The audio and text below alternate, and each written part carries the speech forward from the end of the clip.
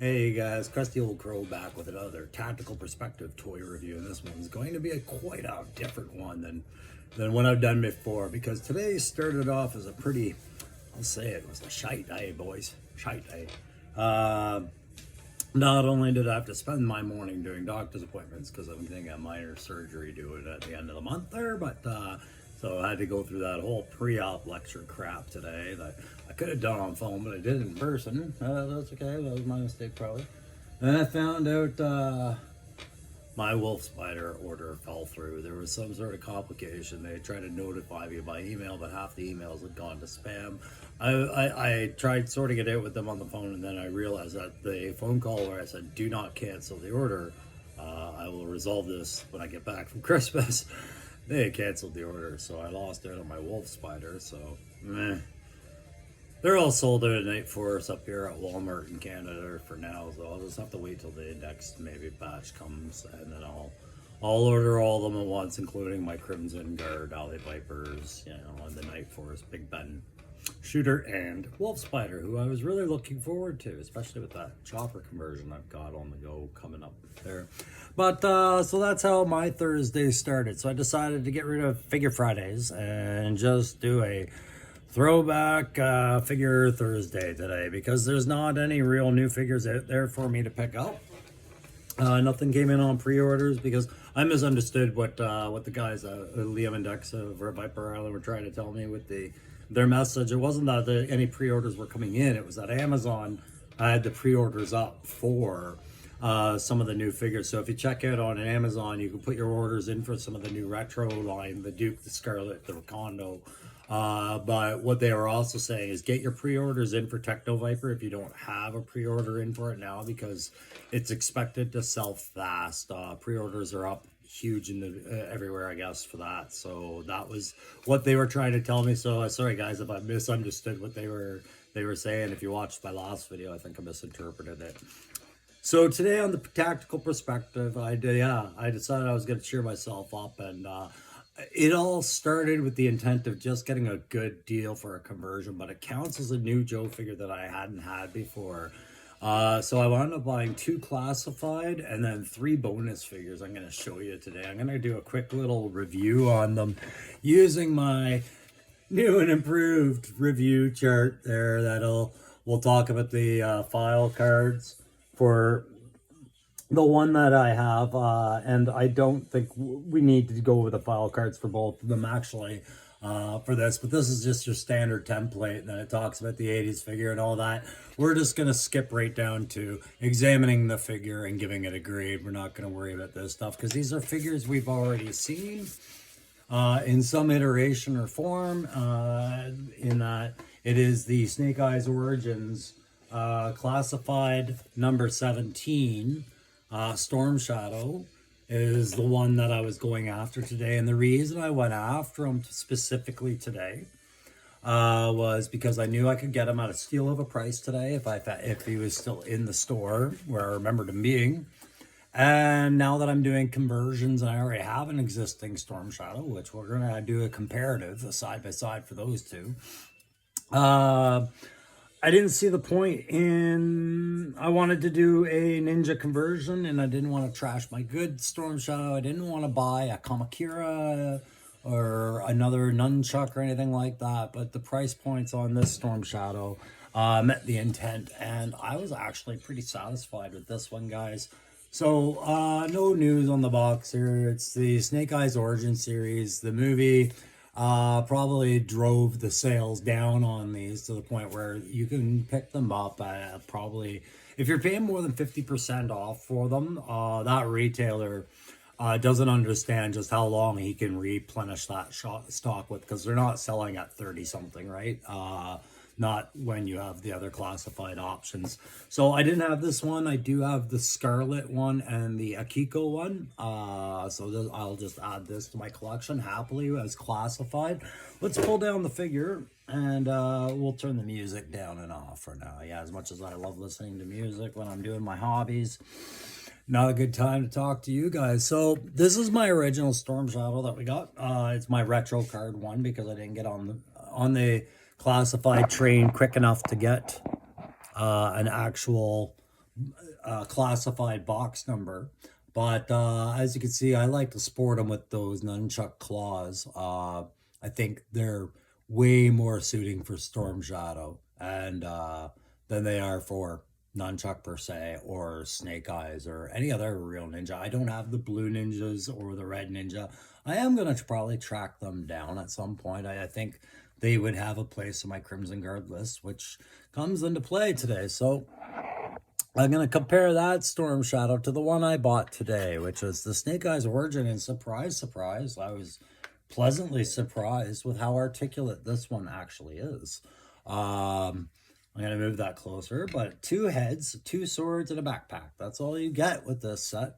And quite honestly, the articulation, once I put that in hot water, just seeing what he could do, what the Baroness could not do with the coil set. Pardon me, I'm going to lose the stand now, but he could actually reach for his weapons, have a grasp on them for articulation. He was very, very flexible. All the same main points of articulation with the classified series, but you could see a lot of posing going on there. So I still prefer my original retro card.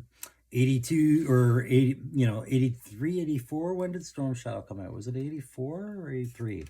I think it was 83, wasn't it? Yeah.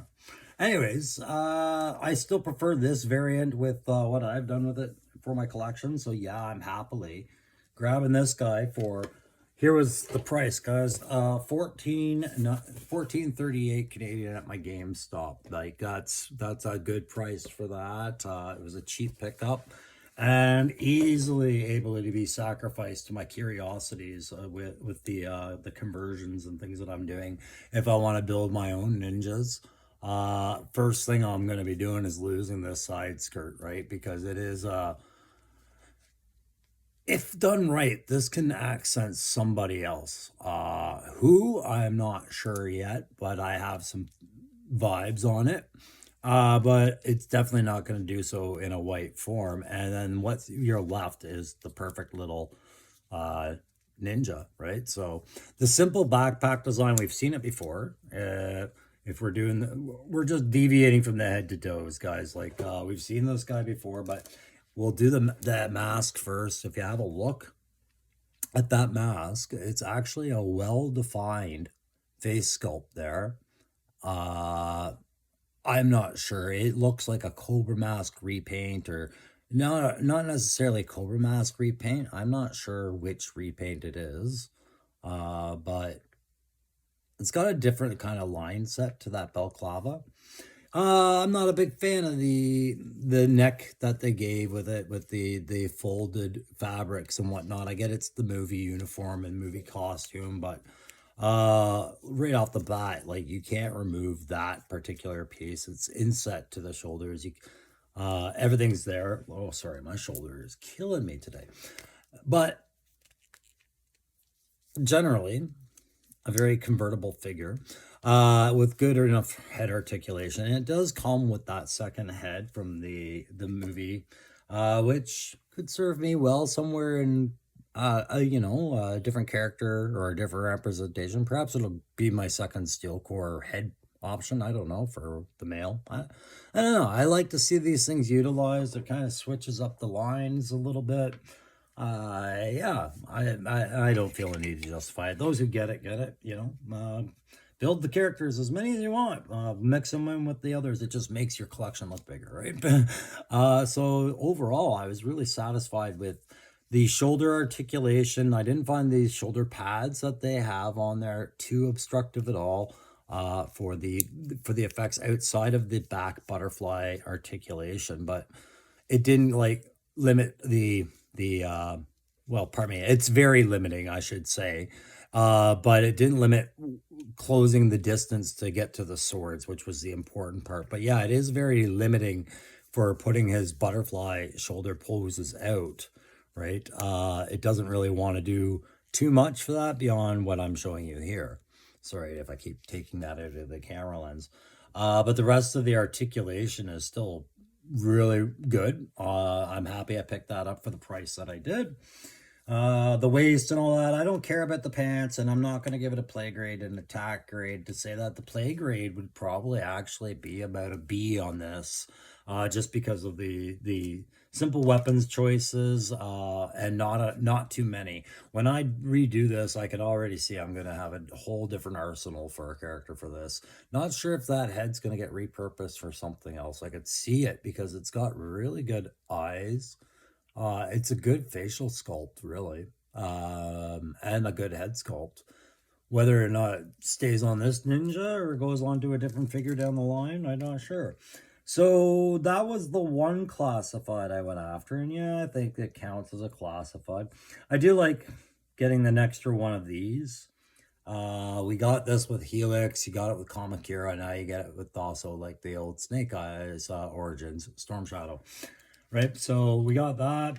So if I were to like, yeah, just I'm foregoing on the play grading. I just wanted to show you guys when we get new figures that we're doing, we're going to be using this systems to help keep track of it, but not with repeat figures, which is exactly what we're doing today. But I thought I'd show you that. The other one I got today, guys, was the just another Crimson Guard, and I'll tell you why after and I'll show you some of the fun new stuff that I got at wicked deals. But after that, but just before I do, don't forget to hit the like, share, subscribe to get the notifications. Tell your friends about the crow. Tell them about that 200 contest we're going to be giving away. Number 97 there, Cobra Officer. Once we hit the 200 contest or 200 subscriber mark, I'll have that contest on top, and we'll do that. So yeah, I picked up these two. So we got the Crimson Guard Commander. Why'd I do that? Okay, so you guys remember that my toy collection got enhanced in the new year by a friend of the channel, Aaron, the toy enhancer. In that he gifted me the blue Cobra representation from the original 80s release that I was missing for my collection. He knew how much the 82 line was like this thing I had mad. It was my line, and these were my Cobras, and I couldn't find them, and he knew I was pretty frustrated about that. And he had some of these in his collection that he wanted to gift me, and he gifted me them, and I thought that was great. But what ended up happening, guys, is it really upset the order of balance of the Crimson Guard, because I only had 2 Crimson Guard at the time. So today I went out, and lo and behold, I stopped by Kobold's Corner here in Stittsville, where I had originally bought my 2 Crimson Guard. I wasn't expecting to find another one. I was just going to ask, hey, are you able to get more? But no, they had another one, so I got another one. But the reason I wanted to talk about this one was for one of our viewers, Loki Wartooth, and it's not about the 3D parts or anything like that. It was about a problem he had with the Crimson Guard Python Patrol. He had the head pop off, and he sent me a picture of it, and I wish I could have included here, but I didn't have it ready. Anyways, it popped off. He was like, look at this crap. I was like, yeah. But when I went to go pop the head off my Crimson Guard, because I wanted to put a different head on him, I had a different head set aside. I wanted him to be the officer. Now he can only just be represented through his weapon selection as the lead of the 3. But what I noticed is the same problem Loki Wartooth had. It was like this different pin system entirely than what they had with other classified figures. So when you get 3D printed parts, just be aware, you know, like the Crimson Guard and the Crimson Guard Python Patrol have different neck connectors for the head ball. It's different. Anyways, it's not really about that, and it's not really about this. So why am I doing videos about the figures? Well, the Crimson Guard, I thought it was just really cool that they would now fill out that shelf, and there would be that balance. And I wanted to talk a little bit about the Storm Shadow because it was a good deal. Crimson Guard wasn't a good deal. I paid the full price. But what did I get a good deal? While I was at Kobold's Corner, I made a decision to buy a figure that I normally wouldn't do.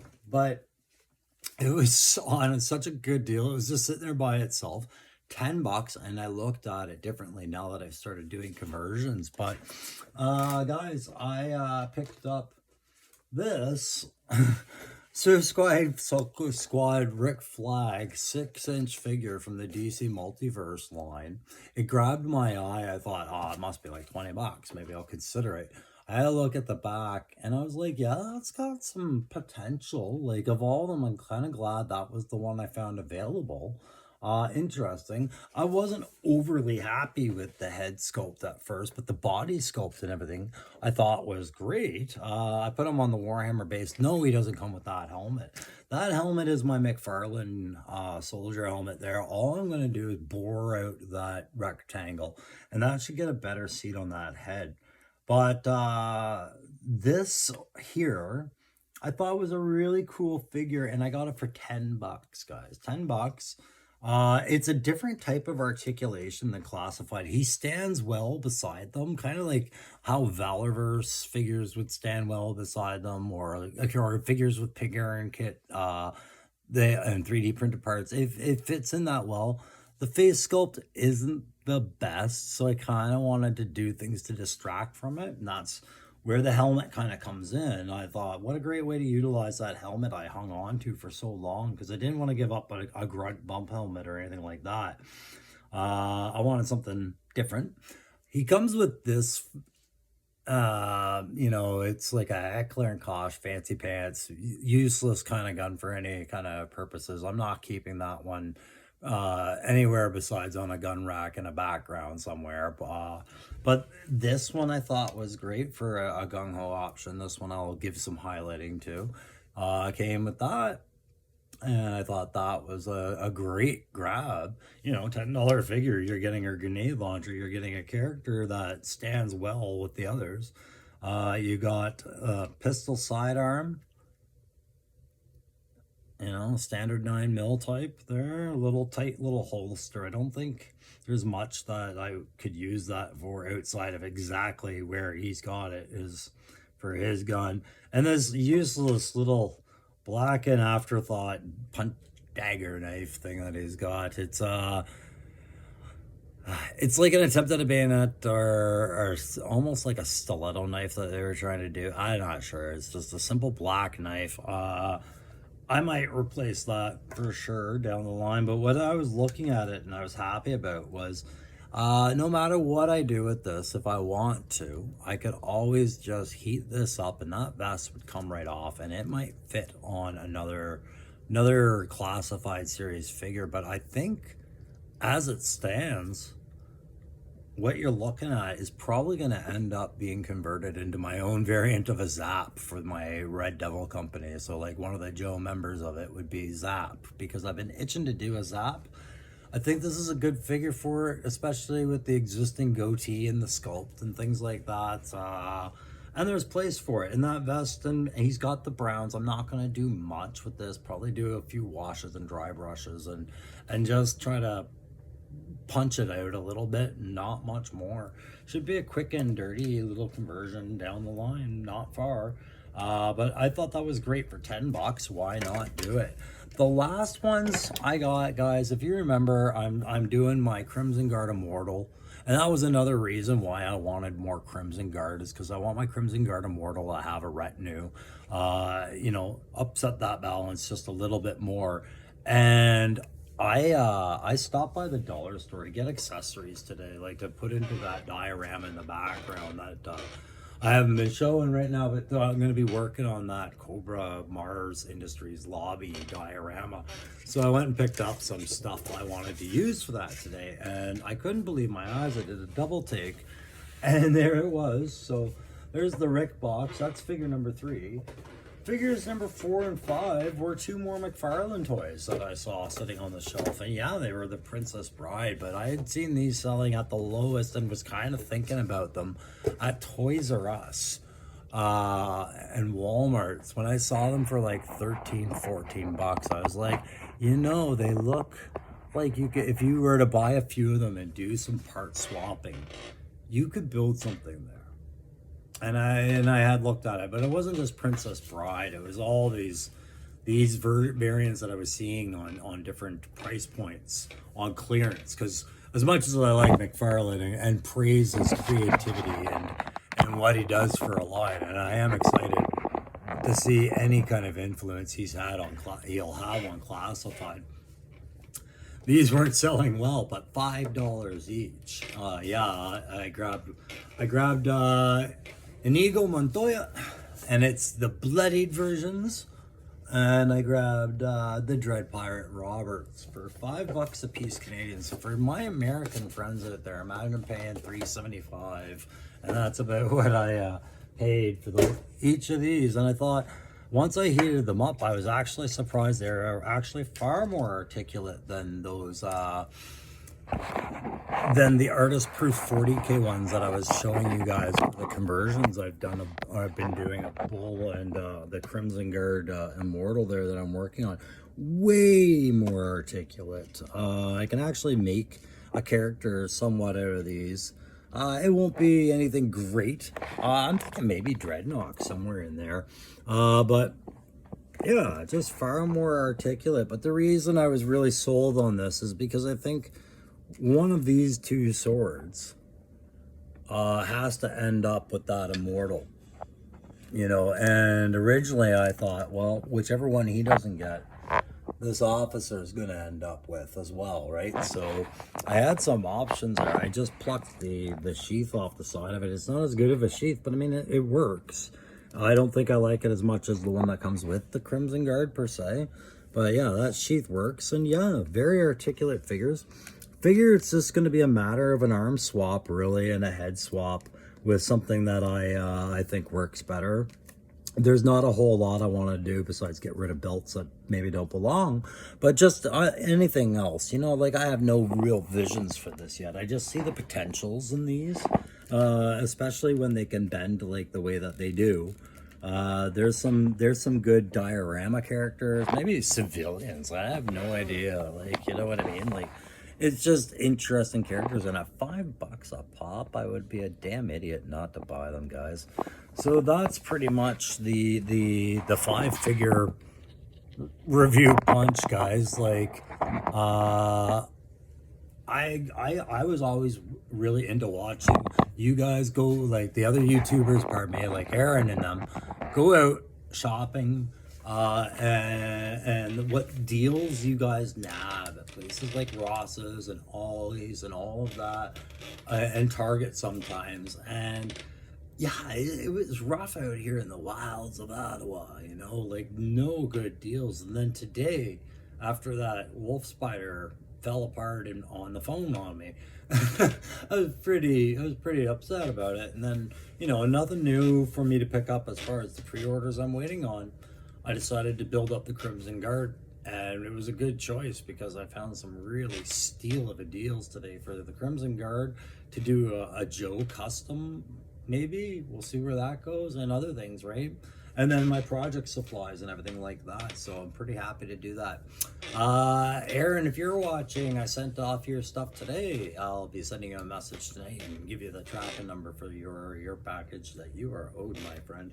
And I'm gonna call that one pretty much it today. One thing I did pick up as far as conversion materials go, I got more of those magnet stuff, like the little sheet magnets for free. And you guys know I like to use those as armor plates, so that'll probably get worked into the hovercraft stuff. Anyways, guys, I'm calling it for the night. I'm gonna get a lot of work done over here, and I've got a weekend filled with some friends coming down. So you might not see anything until maybe somebody calls and says a pre-order's in for early this week. But I'll try not to barrage you with conversion updates, but when I get stuff done, you'll know. All right, I'll see you next time. Don't forget to get that subscription stuff done, all right? And hit me up in the comments if you see anything that you think, yeah, hey man, I seen a better deal on this figure you might want to consider for a conversion. I'll be on the lookout for that too. And hit up Amazon if you haven't gotten your pre-orders in for Techno Viper and all that other wave release, okay? Do Crow a favor and get ahead of that. See you soon. Bye.